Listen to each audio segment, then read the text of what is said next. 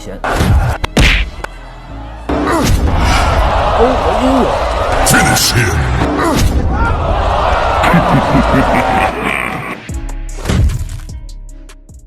Hindi nakaligtas sa pagbubuntot ng mga barko ng China. Mas malapit na ang distansya ng barko ng China sa barko ng Pilipinas. Laman ng mga pahayagan ngayon at maging sa telebisyon ang karahasang ginagawa ng mga Chino sa loob ng ating teritoryo, ang West Philippine Sea, na kung saan kahit kulang tayo sa kagamitan kumpara sa mga banyagang incheck ay di pa din tayo nagpapasindak. Lumalaban kahit dihado tayo, basta para lang sa bayan ay talagang walang atrasan.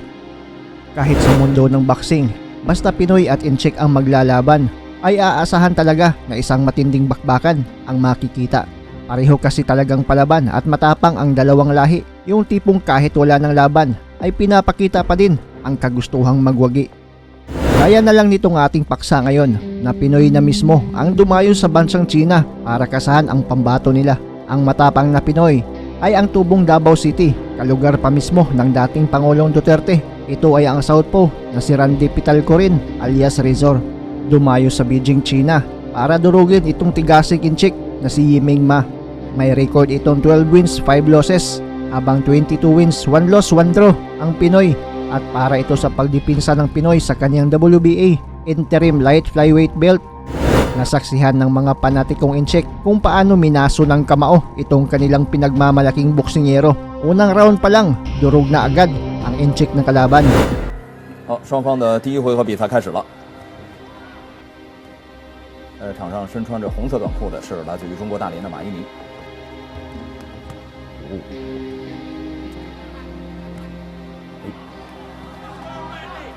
危险！欧和英勇。稍微的缓一缓，稍微缓一缓。对方实力很强，哎呦，又被打到。在此之前是22胜1负1平，17次 KO 对手。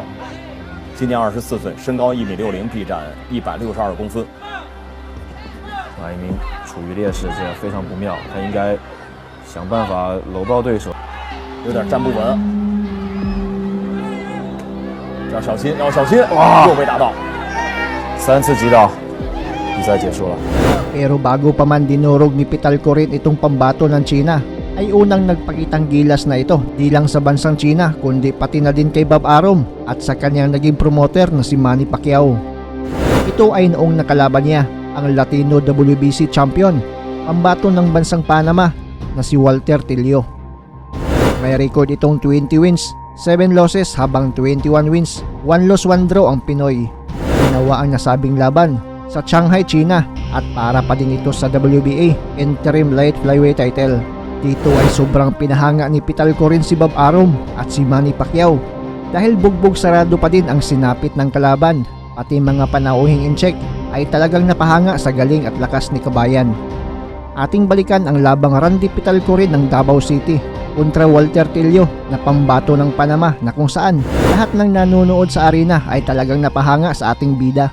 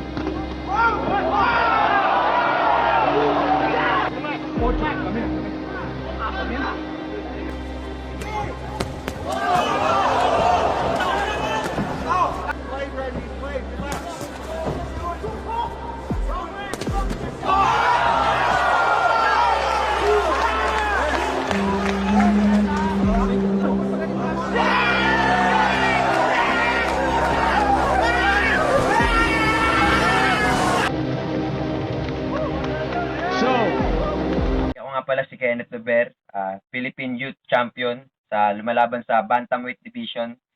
Shoutout nga pala sa channel ni Manoy 0.2. Like and share, subscribe.